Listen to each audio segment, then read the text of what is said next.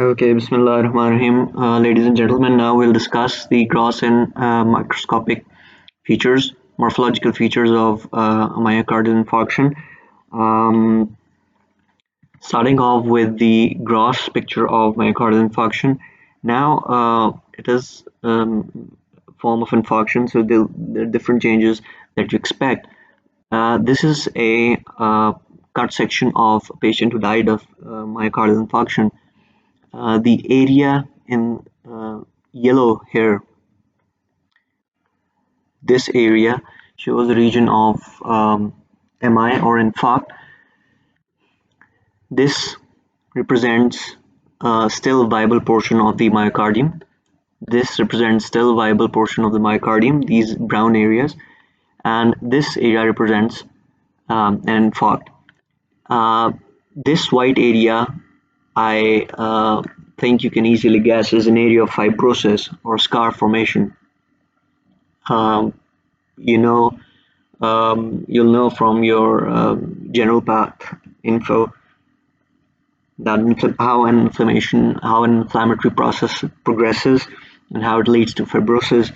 So this is an area of infarct, this is an area of fibrosis, and this here in this region, you can see this. If you follow from here normal myocardium, if you follow the normal myocardium and you lead here to this area, this blackened area, here myocardial rupture has occurred, or ventricular rupture has occurred, and hemorrhage, with resultant hemorrhage in this area.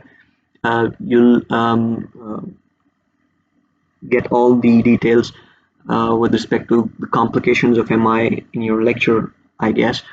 Um, Here, one complication is visible, and that's myocardial rupture, and hemorrhage is visible in this region. Remember that it's a fixed section, so may not see you may not see the blood in its original form. Okay, so moving on to the microscopic features of myocardial infarction. Uh, you may be asked the progressive changes in a manner. For example, you may be asked according to the hours uh, regarding the microscopic changes that can be seen. Okay, so it starts from here, the picture labeled as A. In this area, you see these are myocardial fibers. There are some nuclei visible inside the fibers, but in this region, many of the fibrils, many of the myocardial fibers have lost their nuclei. So loss of nuclei is one feature here. Another feature is this wavy appearance of the myocardial fibers. Okay, so this is a very early change. There's a table available in the book. You can see, you can memorize those changes from there according to the hours. In this picture that has been marked as B, you can see the similar change.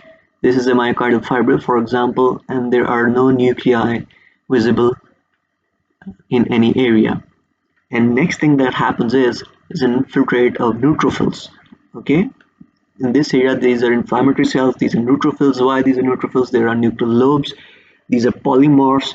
I hope you know all that from your knowledge of histology. So these are the inflammatory cells, the neutrophils. They move in. The other change visible is the same as here, although more marked. Okay, there's one residual nucleus available in this region. Okay, but most of the fibers have lost their nuclei. In this photomicrograph, the myocardial fibers are completely lost in this region, and there are just inflammatory cells. Okay, so this is the next change, and after that, granulation tissue formation sets in. You can see number of vessels, number of tiny small vessels that are present, no residual myofibers present in this region. And in the next stage, you see, as I mentioned earlier, you know how an inflammatory process progresses. In the end, if it cannot be repaired, fibrosis sets in. Fibrosis is visible by these blue regions.